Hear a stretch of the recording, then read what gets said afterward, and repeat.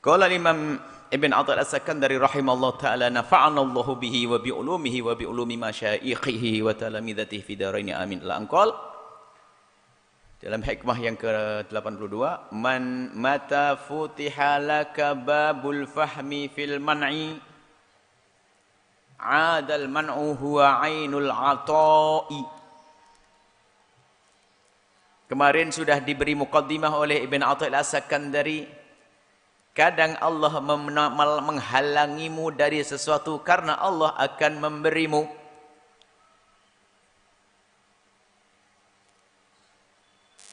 Ingat, masih sebuah contoh, dia ingin mendapatkan rizki untuk keluarganya. Dia ngambil fakultas kedokteran. Tak tahunya di tengah jalan gagal, nggak jadi dokter. Gara-gara nggak jadi dokter, tak tahunya apa, dapat pulang bisnis, jadi pengusaha, berhasil, dapat rizki, bisa bangun pondok. Bahkan mungkin kalau jadi dokter belum tentu, kan begitu. Ini sebuah contoh. Jadi Allah halangi dari yang satu, ternyata karena Allah ingin memberi yang lainnya. Masih ingat?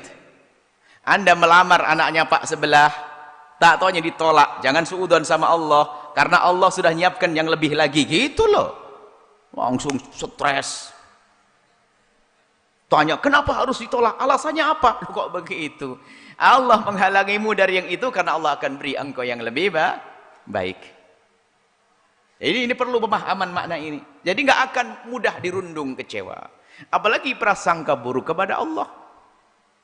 Nah, di situ namanya faham tentang Allah, kenal sifat-sifat Allah. Sehingga dilanjutkan oleh Ibn Athaillah As-Sakandari, mata futiha laka babul fahmi fil mana. Kapan Allah memberikan kepadamu pemahaman di saat engkau dihalangi, tidak diberi oleh Allah. Di saat engkau faham betul, faham benar kenal sifat Allah, paham betul dengan sifat Allah, maka sesungguhnya adal man'u huwa ainul ata'i. Sesungguhnya apa yang Allah halangi atasmu tadi, sesungguhnya hakikatnya adalah karunia yang agung yang Allah berikan kepadamu. Nah ini kan, sehingga seorang hamba melihat Allah dengan sifat-sifatnya, sifat-sifatnya, dan dia karena sifat-sifat Allah yang maha pengampun sekaligus maha kuasa untuk memberikan siksa dan seterusnya, maka di saat seorang hamba itu mendapatkan dari Allah karunia kenikmatan yang terlihat adalah sifat kebesaran Allah, sifat zat yang maha pemberi nikmat yang harus disyukuri. Harus disyukuri. Lalu dia bersyukur. Sehingga di saat dia diberi nikmat, dia menghadap kepada Allah dengan syukur. Langsung dia faham. Kemudian di saat dia diberi oleh Allah satu ujian atau dihalangi dari cita-citanya, maka dia tidak kecewa, tapi dia bersabar. Karena tahu Allah itu akan berikan kepada hambanya yang terbaik. Kalau orang itu faham, tidak boleh prasangka buruk kepada Allah Subhanahu wa ta'ala. Barangkali engkau membenci sesuatu ternyata itu lebih baik untukmu, dan barangkali engkau menyenangi sesuatu ternyata itu jelek untukmu. Dan Allah yang berfirman, alangkah banyak sesuatu yang kita duga baik lalu kita harap ternyata itu tidak baik untuk kita. Sehingga di sana ada langkah-langkah kita hendaknya kita serahkan kepada Allah. Sehingga di saat kita bimbang, di persimpangan, ragu, maka di sana ada bimbingan dari Allah melalui lisan Rasulullah dengan cara beristikharah, minta petunjuk, kita serahkan kepada Allah Subhanahu wa taala. In kana hadzal amru khairun li fi dini wa ma'ashi wa aqibati amri faqdurhu li. Kalau ini baik untukku dunia dan akhirat, mudahkan. Wa in kana hadzal amru syarran li. Jelek untukku fi dini wa ma'ashi wa aqibati amri, dalam urusan agama, kehidupanku, dunia akhiratku, maka ya Allah kalau memang jelek jauhkan. Maka bisa dijauhkan, dia yakin ini yang terbaik karena aku sudah ngadu kepada Allah. Kan itu iman. Iman. Sehingga para kekasih Allah itu di saat oleh Allah diberi namanya sakit, itu langsung dia kenal Allah dengan rasa sakitnya ini, bahwasanya dengan sakit ini berarti Allah sayang kepadaku, karena Allah ingin meringankan bebanku nanti di akhirat. Aku banyak dosa, Aku banyak maksiat. Allah beri aku penyakit di dunia karena Allah tidak ingin menyiksaku nanti di akhirat. Jadi spontan sudah terprogram dalam dirinya itu. Jadi nggak perlu dia sampai masuk wilayah putus asa marah kepada Allah. Kenapa begini? Nggak ada. Jadi langsung, oh. Tapi pun dia tidak mencari ini, mencari itu. Karena dia menjalani hidup. Kalau memang diberi nikmat bersyukur. Kalau tidak dia sabar. Makanya dia bekerja pun menjalankan perintah Allah untuk mencari nafkah. Nasib kaya memang jatahnya dia. Nggak ada orang jungkir balik kerjanya melarat, utangnya terus banyak juga ada kok. Ada nasib baik dia, Masya Allah, kerja sebentar duitnya banyak, ada kok. Macam-macam orang hidup, itu sudah jatah di dunia. Maka mereka para kekasih Allah menjalani, dia bekerja, berdagang, ngerti transaksi, ngerti rezeki dari Allah, tapi kan wajib dia menjalankan sunnatullah, cara berinteraksi dengan sesama harus nawar, ini dijaga hartanya, nggak taruh emas, nggak taruh di pinggir jalan, dijaga semuanya. Biarpun tahu, dia yakin bahasanya kalau mau hilang ya bakal hilang. Karena mereka ngerti kapan saya harus serahkan kepada Allah setelah saya usaha. Tawakal itu adalah setelah kita ikat. Maka menjadi bodoh kalau orang hanya bertawakal saja, sudahlah, kan semua rezeki dari Allah. Kenapa kita harus bekerja? Cukup saja duduk. Nggak benar. Anda berusaha, Anda punya anak istri, makom Anda makom sebab. Kalau memang nggak mau kerja ya jangan nikah, jangan punya anak, jangan urusi orang. Sudah ngambil anaknya orang, nggak mau kerja, alasannya mau tawakal kepada Allah. Gila, itu sakit. Nah, di saat dia berusaha itu, dia menjalankan tugas. Padahal dia yakin bahwasanya Allah yang memberi rezeki dan sudah dijatah oleh Allah. Maka dia bekerja. Maka di saat dia mendapatkannya, bagi dia mudah untuk bersyukur. Dan di saat dia macet, nggak pernah marah-marah kepada Allah. Ini jatahku memang. Dia langsung faham. Makanya faham ini penting sekali. Sehingga apa yang Allah halangi dari seorang hamba, maka karena hamba itu faham Allah, dia memahami justru itu pemberian dari Allah. Sampai dia mungkin pada akhirnya berkata, kalau tidak dibegitukan oleh Allah, aku tidak begini. Alhamdulillah. Tapi cari kebaikan yang baik-baik. Gara-gara saya tabrakan itu, waktu itu langsung mampir rumahnya orang, diambil menantu saya. Kalau saya tidak tabrakan, tidak diambil menantu. Tapi tidak boleh Anda nak bikin tabrakan, nggak boleh. Itu kan rezeki itu. Jadi kadang-kadang begitulah Allah berikan kenikmatan setelah Allah memberikan sesuatu ujian. Kadang begitu. Sehingga boleh dibangun di sini adalah husnudzon kepada Allah. Kalau dikembalikan pada hikmah-hikmah sebelumnya, memang manusia ini kadang menjadi kufur nikmat di saat diberi oleh Allah kenikmatan, lalai dia lupa. Di saat diberi oleh Allah ujian, dia putus asa, hilang semuanya, maka dikembalikan. Ayo, kembalikan, bersyukurlah di saat diberi karunia. Dan di saat diberi ujian pun sama, ini adalah untuk menuju Allah Subhanahu Wa Taala. Bersabarlah. Sehingga kalau dia, makanya berapa hikmah yang dihadirkan Ibn Athaillah Sakandari mirip-mirip, akan tapi ada perbedaannya. Ingin diasah sampai hari ini dikatakan, kalau engkau sudah punya pemahaman tentang karunia dan pemahaman tentang musibah, beres. Sehingga orang hanya di dalam hatinya hanya mengucapkan alhamdulillah. Mendapatkan musibah, alhamdulillah. Berkata innalillahi. Sedih wajar. Artinya di sini bukan berarti orang nggak boleh sedih dan nggak boleh bersyukur. Oh enggak. Di saat mendapatkan nikmat bersyukur, di saat mendapatkan musibah sedih. Tapi di balik syukur ini adalah kebaikan yang dilakukan. Di balik kesedihan tidak boleh putus asa. Nabi pernah sedih, bahkan menitikkan air mata. Di saat meninggalnya Sayyidina Ibrahim, putra beliau dari Sayyidah Mairah Kiptiyah. Wafat putra beliau. Putra laki-laki dambaan umur 2 atau 3 tahun. Dalam lucu-lucunya sudah meninggal. Nabi menangis. Al-ainu tadma, mata menangis, hati gelisah. Sungguh wahai Ibrahim, dengan meninggalmu kami semua berduka. Sampai di situ enggak, akan tapi kami tidak akan melakukan kecuali yang diridhoi oleh Allah. Gitu. Sedih ya, Anda hilang ini sedih, tapi tidak berlarut-larut dalam kesedihan. Dikembalikan innalillahi wa inna ilaihi raji'un, semua dari Allah dan akan kembali kepada Allah. Maka kalau sudah spontan, namanya faham. Di saat diberi karunia, selamat dia. Ada orang tuh kalau mendapatkan karunia spontan lupa kepada Allah, lupa. Di saat mendapatkan ujian pun spontan lupa. Sehingga faham di saat Allah menghalangi dirimu dari sebuah harapanmu, maka ketahuilah sesungguhnya Allah telah memberimu. Lah itu ainul ata. Lah bagaimana memahami ini? Lah perlu renungan panjang. Dan itu bisa dicermati, maka menghidupkan renungan.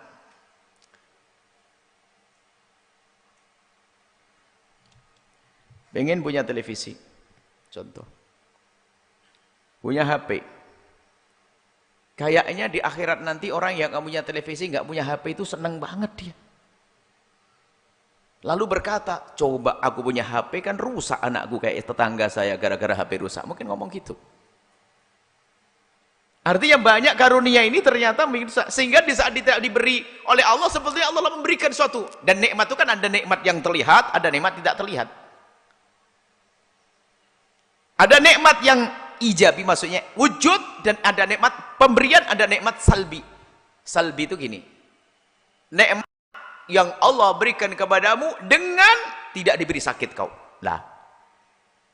Tidak diberi sakit kan pakai tidak. Itu kan nikmat juga. Bukan aslinya bukan diberi kesehatan, tidak namanya sehat lalu tidak diberi sakit. Makanya kadang kita berdoa begini, ya Allah berikan padaku uang, rezeki yang banyak, tapi nggak dikasih oleh Allah. Jangan sudzon kepada Allah. Sebetulnya doamu dikabul oleh Allah. Dan kamu harus yakin itu. Mana dikabul? Aku minta rezeki. Allah sayang kepadamu, oleh Allah tidak dijadikan toko gede. Allah sayang kepadamu, maka doamu yang selama ini kau panjatkan oleh Allah diganti yang lebih penting, yaitu Allah menjaga jantungmu. Berapa harga jantungmu? Makanya kita khusnudon ya, ada jangan sampai Anda mengatakan kok nggak dikabul. Makanya Allah kalau ada orang buru-buru nggak dikabul. Innallaha yaqbalu du'a 'abdihi ma lam ya'jal. Allah akan selalu menerima doa hambanya asalkan nggak buru-buru. Gimana orang doanya buru-buru? Ya tadi, ya Allah saya sudah doa nggak dikabul-kabul. Ya itu tandanya nggak dikabul. Kurang ajar sama Allah. Saya sudah lama dikabul-kabul. Padahal sudah dikabul, cuman begini loh, kita berdoa itu kadang Allah beri sesuai dengan permintaan kita. Yang pertama, kedua adalah Allah mengkabul adalah dalam tempo nanti di dunia. Tapi setelah panjang, ada nanti dikabul di akhirat. Ada 4 model, dikabulkan seketika itu juga. Yang kedua dikabulkan ditunda sedikit. Yang ketiga dikabulkan di akhirat. Yang keempat diganti dulu. Yang lebih penting lagi, lo kan enak dengan Allah. Maka berdoalah Anda, terus berdoa selesai. Nanti Allah kabul, yakin. Ud'uni astajib lakum. Berdoalah engkau, Allah akan beri kepadamu. Kalau tidak diberi sesuai dengan permintaanmu, akan diberi yang lainnya. Karena apa? Allah lebih tahu. Kadang kita berdoa dengan kebodohan kan. Bodohnya duit, tok. Kurang tambahan, ya Allah berikan padaku rezeki. Rezeki yang bagaimana? Yang banyak. Cukup banyak. Akhirnya banyak bikin rusak, kan gak enak. Banyak bikin kebaikan, banyak bikin kemaslahatan, banyak yang berguna, banyak menghantarkan surga. Ngomongnya gitu, doanya sempit banget. Ya Allah pengen rezeki yang banyak, rezekimu banyak, penyakitmu banyak, kan gak enak. Kita sering bodoh dalam doa. Maka Allah yang maha tahu, Allah akan ganti. Doa yang kita panjatkan seolah-olah tidak dikabul, maka sebetulnya Allah telah memberi yang lainnya. Lah faham ini loh yang diinginkan oleh Ibn Athaillah Sakandari. Maka jangan mudah protes doa kepada Allah, jangan protes kenapa aku doa enggak dikabul-kabul oleh Allah. Aku minta enggak dikasih, bukan tidak dikasih wahai hamba Allah. Allah telah memberimu kepada yang lebih baik. Atau Allah sayang kepadamu, tidak memberimu di dunia karena apa? Kenikmatan akhirat lebih agung, jadi doamu itu akan diberikan nanti di akhirat. Sehingga nanti di akhirat ada orang yang kaget dengan pahalanya. Ini pahala apa ya Allah? Dijawab, itu pahala panjatan-panjatan doamu yang tidak aku beri di dunia itu. Melihat gedenya pahala hamba itu berkata, ya Allah kalau tahu begini aku tidak ingin kau kabul doaku di dunia. Tapi sudah di akhirat. Nah, jadi paham makna ini. Jadi jangan Anda ragu di saat Anda berdoa yang banyak.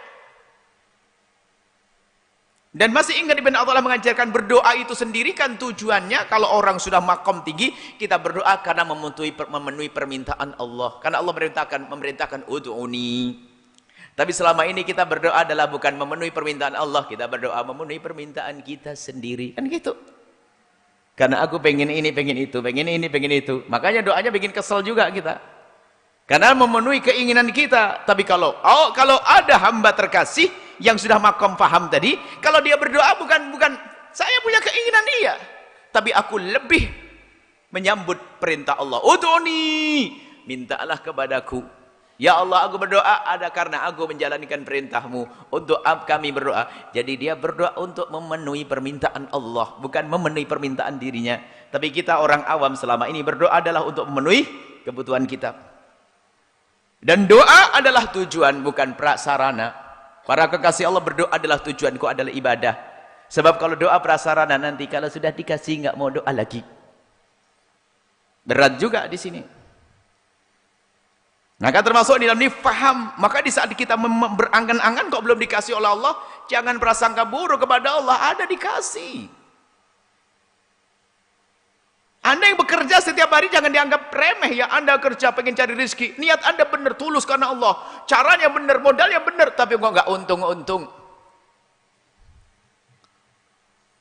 Capek, kayak nggak untung-untung, sudah capek nggak dapat banyak duit. Ketahuilah, apakah Anda lupa bahwasanya Allah pernah menyebutkan melalui lisan Nabi. Nabi bersabda, "Man amsaka lan min amali yadihi amsa maghfuran lah." Kalau ada orang capek kerja seharian, di sore harinya dia merasakan penatnya, capek.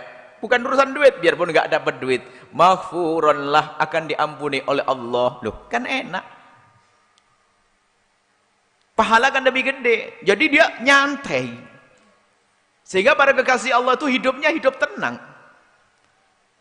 Sehingga ridho, sifat ridho kepada titah Allah kepada kita, apa yang Allah berlaku kepada kita, ridho itu adalah jannatul arifina fid dunya. Orang kekasih Allah itu surganya di dunia itu ya dengan ridho, nggak ada protes kepada Allah. Ridho, nggak ada diberi kekurangan, diberi nikmat, ridho terus. Sehingga hidupnya di dunia sudah kayak di surga, nggak ada tuntut, nggak protes kepada Allah. Ini yang Ibn Athaillah ingin menghantarkan kita agar kita masuk wilayah ini. Wilayah faham. Di saat Allah menghalangimu atas apa yang engkau cita-citakan, jangan suudzon kepada Allah. Bukan berarti Allah menghalangimu dari karunia-Nya, akan tapi karena Allah ingin memberimu. Nah ini faham. Memberi yang mana? Ketahuilah, yang kau butuhkan bukan hanya yang kau inginkan. Yang kau butuhkan lebih banyak daripada yang kau minta. Dan alangkah maha kasihnya Allah selama ini memberikan kepada kita lebih banyak yang tidak kita minta daripada yang kita minta. Nah coba suruh ngitung, Anda minta apa sih selama ini? Apa yang Anda butuhkan? Lihat hembusan nafas yang terus menerus tiada henti, detak jantung yang memompa darah untuk berputar terus, dan apalagi kedipan mata, macam-macam, kulit yang bisa merasakan sejuknya udara pagi, kemudian hangatnya matahari dan semuanya. Ini kan tidak pernah kita minta nikmat yang banyak sekali. Berapa banyak yang Anda minta? Jujur, hayo. Berapa banyak doa Anda? Gara-gara doa Anda yang hanya 5 biji saja, 5 baris saja, tidak dikasih, mau protes pada Allah. Allah memberikan kepadamu lebih banyak daripada yang kau doa. Ayo. Inilah makom. Sehingga dengan Allah itu ridho. Nggak ada masuk wilayah protes. Wilayah nggak terima dengan apa yang Allah berlakukan kepadanya. Semoga Allah memasukkan kita kepada makom faham kepada apa yang Allah berlakukan kepada kita, sehingga kita akan selalu ridho kepada Allah Subhanahu wa taala, sehingga di dunia sebelum masuk surga kita sudah merasakan surga ridho, surga puas, surga syukur, surga pasrah kepada Allah Subhanahu wa taala. Wallahu a'lam bissawab. Menyaksikan video ini, jangan lupa berselawat kepada baginda Nabi Muhammad sallallahu alaihi wa alihi wa sahbihi wasallam.